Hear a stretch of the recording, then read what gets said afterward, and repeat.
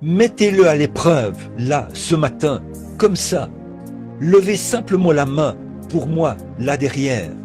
Dites, je veux recommencer aujourd'hui, frère Branham. Moi aussi, j'ai levé la main.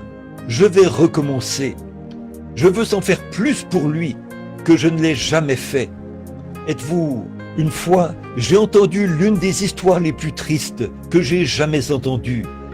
Il y avait une jeune femme très belle. Elle vivait dans un bon foyer. On lui avait parlé de Christ.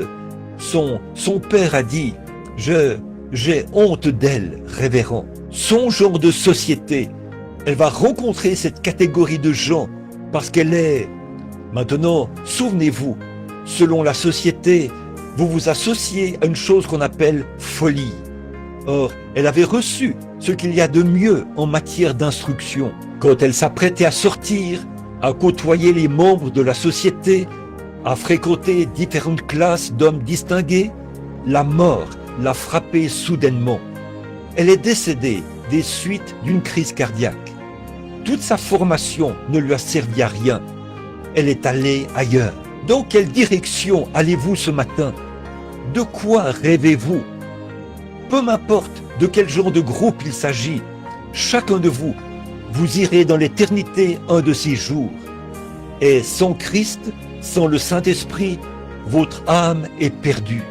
Souvenez-vous-en, c'est seulement en acceptant Christ par le Saint-Esprit que vous pouvez arriver là. S'il est en vous, il est la puissance de Dieu. Vivez par cela. Il est Dieu en vous. La Bible dit, vous devenez des dieux. C'est vrai. N'êtes-vous pas tous des dieux? Et Jésus a dit à les pharisiens, là, on dit, tu te fais Dieu. Il a dit, n'est-il pas écrit dans votre loi que vous êtes des dieux? Il a fait de Moïse un dieu pour Pharaon. Et il a fait de vous un dieu pour les gens. C'est vrai. Et vous, ce matin, vous êtes des épîtres écrites de Dieu. Votre vie est de Dieu. Et elle porte même ce Saint-Esprit.